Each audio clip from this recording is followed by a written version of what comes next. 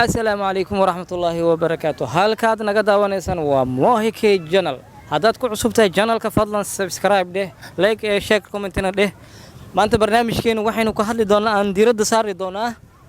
فتهذا صوماليا أو قبل القار صوماليا كدعان فتهذا سيمان سيد الله تجي كره يو وحياة أنا تجي دونا وح إنه الجو ما أنت برنامج كجنال كان مرتكو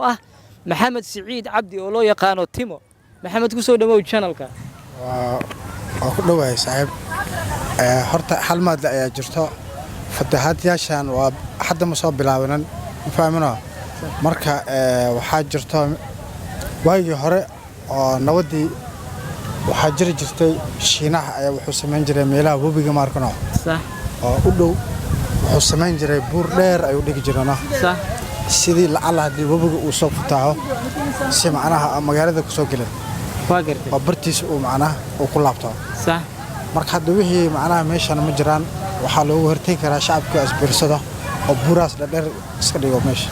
maxamed siciid dawladii hore markay dhacday dhulalkii waa la wada dhistay guryaha laga wada dhistay meelihii biyaha ka bixi jireen ee waa la wada dhistay biyihii ma socon karayaan xaafadii cunbay dhaxeegaagayaan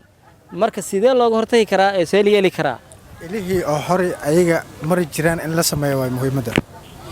ilihii hore oo biyaha mari jiraan in la raadiyo oo ilihii loo furo waa si meeshii hore ay u mari jiraan si loo marsiyo khibrad ahaan maxaad is leedahay oo looga hortagi karaa fatahaadahaasi ee ka dhacaya gobolada Soomaaliya qaar ka mid ah waxaa looga hortagi karaa in oo la saaro buur oo webiga oo magaalada webiga intay u dhaxayso oo la dhigo jamal ah maxamed siciid buurihii oo biyaha la saari lahaa guryaha laga wada dhisay biyana meelay maraan malahan xaafadii bay buuxsameen xitaa dad baad saqafka kore fuulay ilmihii sida caruurtii inaagii saqafka kore fuulaan marka sidee loo samata bixin karaa wallaahi waxa loo samata bixin karaa in company la helo waa company noocyada weey oo wadamahaas ka imaanayaan waa company wax buu dhisaamay ma samata bixiyo wax sidee loo samata bixin karaa waxa loo samata hadii company meesha imaado shaqo ayaa imaanaysa oo wadooyinkii markaas oo biyaha oo la xir lahaay ma fahmano qarashkii ayaa wax walba ku muhiimsan wali waxaan ku kornaa barnaamijkeeni ee fatahaadaha gobolada Soomaaliya qaar kamid ah ay ka dhacayaan maantana barnaamijkeeni waxaanu diiradda ku saareynaa ee fatahaadaha sida looga hortagi lahaa waxaana marti inooga ah channelkeena Maxamed Siciid Cabdi oo loo yaqaan Timo wali wareysiga ayaan ku sii gudu jirnaa Maxamed ee biyuhu fatahaaduhu way sii soconayaan saa'id bay noqonayaan marka hal nooce ah ayaa looga gaari karaa والله صاحب حل إله بكين إله كان هاي حل كلا حد أنا هنا مراه وسائد ويفتهدو وحيان حلقة إن معناها ليس كتجو ومعناه إن أنا سكو بيرسونو فتهذا أنا كهرتجنا سيدا ومدة مساكين تأه أو أنا وعاون لهن قريهودي سقف كريف فلان هبين كمشي كهو يادان مالك ينوي سارينهن لونكم مسودي كريان مركز سيدا وعاون كرينا بالله هرت عاوز إله بمعناها عن إنا كبري نوايا إلهي إنه معناها أميل في عن إله نجوا هجاجوا مساكن تندك كريها كركوض إسرائيليين وبيها درتوا أنا إنه إلهي كبد بديو وحول بنا واسكت دوبنا يا وحلا وسمارة إلين فرق اللي جت فال مرة غير مقت صح مركب أن اسكت دوبنا هذا ومش تسلوق أي كوه بنتا أو اسكت عويا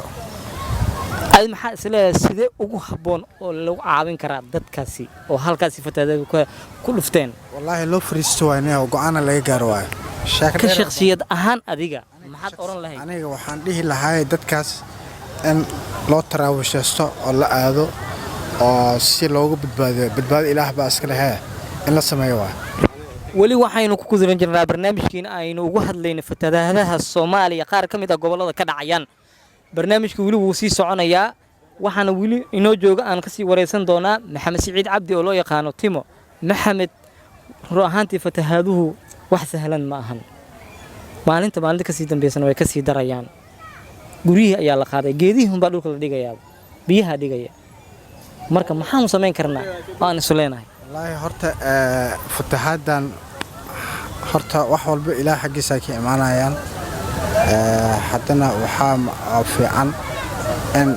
shacabkan oo masaakiinta aan garabka haysanin aan garab la siiyo oo meeshaas la iskugu tago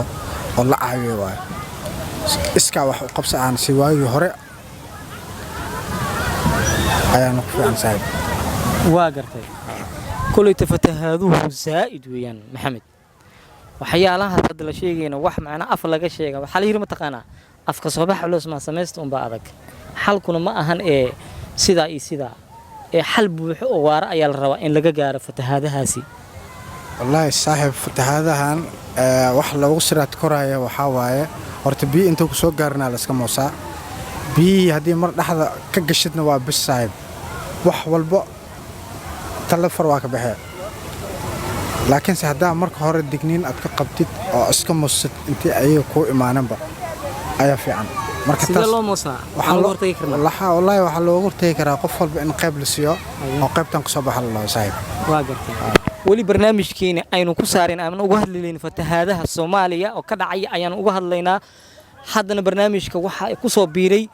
Dr. Hudo oo maanta isagana ka hadli doono fatahaadaha ka dhacaya wadamada qaar kamid ah ama gobolada kamid ah Soomaaliya sida looga hortagi karo khibradiisa isagana bal aynu ku wareysano ayay Hudo ku soo dhawo barnaamijka Mohoyke Channel waan ku dhawahay waa magacayga waa Dr. Hudo Cabdalla Ibrahim waan ku dhawahay Cabdalla Bikon